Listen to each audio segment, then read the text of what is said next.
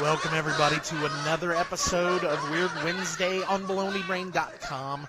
I'm, of course, the hostess with the mostest, used toyer, John House. And joining me, as always, Daryl House, or Suburban Hobo. How you doing, Daryl? Oh, it's time again. I'm doing great. I'm ready to jump into the weirdness.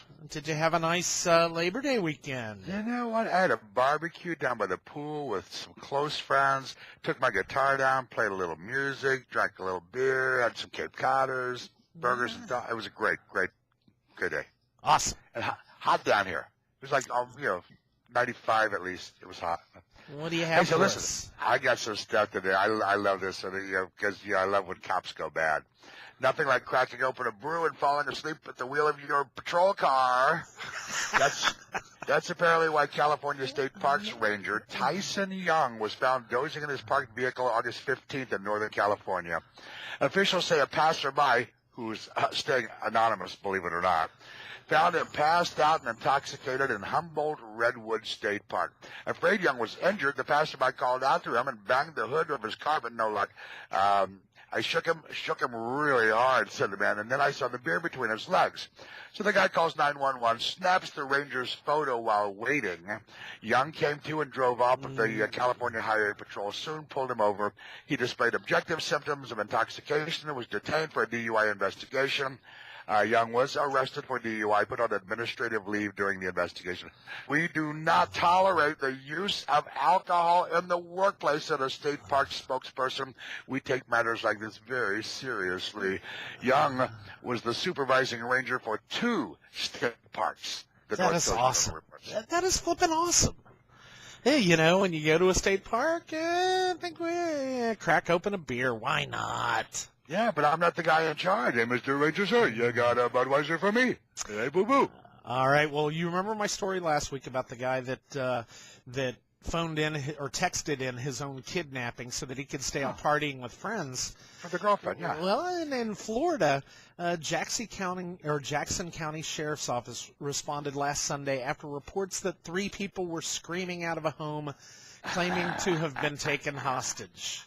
By aliens. So no, they show up. The people were just hallucinating on meth. But Jackson County's up northwest of Tallahassee. It's up on the Panhandle. That's almost Alabama. I wouldn't be surprised if it was aliens. Well, this is from WMBB, and I just thought this was great. Numerous windows were shot out, and holes were shot in the walls.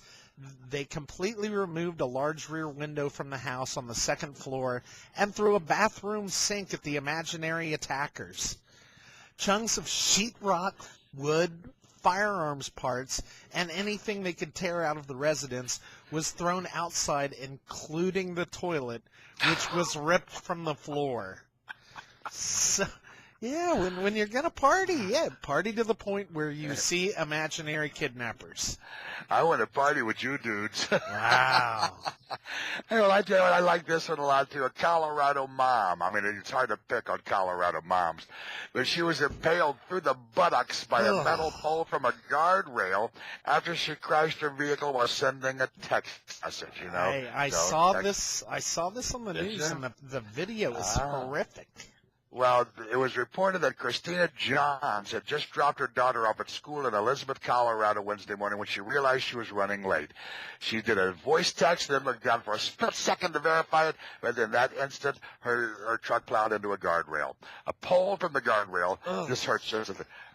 So I just leave this out. Report pierced straight through the body of the car and into Johns' upper thighs and buttocks, leaving her impaled. The next thing I knew, I was looking up, and there was white powder from the airbags deployed. Yeah, I know about that one. Paramedics sawed through the rail to free her and rushed her to the hospital.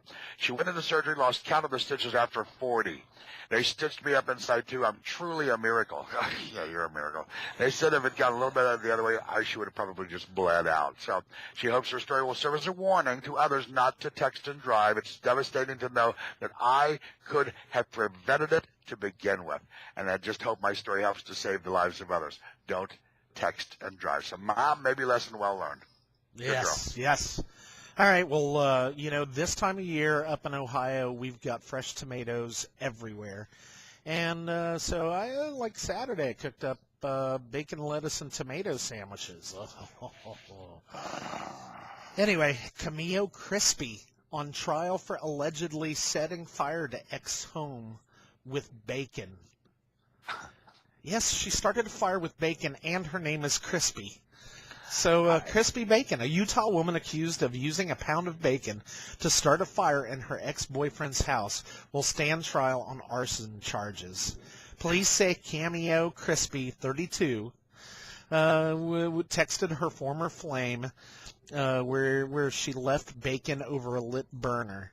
So the bacon eventually caught fire, and then they had to be, come and put out the flames, and there was lots of damage. Upon charging Crispy, her blood alcohol level was 0.346, 4 times the legal limit. That's almost dead, I think, legally dead. Yeah. I want to. Yeah, talking about we need to get her together. Party with that dude. We need to get her together with the people in Florida. You know what? If we were to go back over the couple of years we've been doing this Weird Wednesday, I bet there's a lot of people we'd like to party with. I still always think about those guys who snorted up the remains they thought was cocaine up in outside of Ocala, and it was the remains of their greyhound dogs that were championship dogs, and they were cremated, so they were snorting up German Shepherd or something. Yeah. There are weird people. Hey, well, I'll tell you what, a bacon souffle. How about this one? A new upscale Denny's. You ever got? They got Denny's in Middletown, right? Yeah. I don't care for you know it much, what? but Sometimes I just get a craving for. I like their patty melt. You know, I go certain places to get certain things, and that's one of mine. So, new upscale Denny's. What is that? Can you hear that? yeah, that's a maintenance guy. Oh, well, time to stop it. Just for 1 minute. Sorry. Really, we're on around the nation and around the world here. Not for nothing on the World Wide Web. Anyway, real quick, an upscale Denny's opened last week in New York City, where guests can order the Grand Cru Slam. It's a combo meal for $300. What the heck is in it? It includes a bottle of chilled vintage 2004 Dom Perignon and 2 Grand Slam breakfast meals made of eggs, bacon, sausage, and pancakes. The bar director says everyone gets a high five from the bartender for ordering that. The restaurant's located in Lower Manhattan. It's the first ever Denny's in the Big Apple.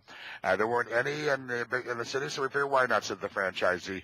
We wanted to make sure we kind of step a notch for this neighborhood, which is the gateway to the financial district. So all these guys that are raping us, all these bankers on Wall Street are raping us, normal Americans, for our money, are having $300 Denny's Grand Slam breakfast on their way to work in the morning. And who's paying for it? You, pal. Me, pal. All of us, pals. All right. Well, I'm out. Thou shalt not have a meth lab in church. I'm pretty sure that should be one of the 10 Commandments. But Judith Hemken and Tiffany Burton were arrested near Hillsborough after somebody noticed activity in the church on Tuesday night when it was supposed to be empty. They told the State Journal-Register the church member reportedly spotted one woman outside the church and another in its basement, and what appeared to be parts of a meth lab. Yes, they were using the church as a meth lab. So see, now we can get them in touch with the people from the first story, and now we got everybody connected. We are partying, pal. Well, that's about all I got for today. It's another Weird Wednesday at BaloneyBrain.com. Thank you for joining up with us. We'll see you all next time. Bye-bye.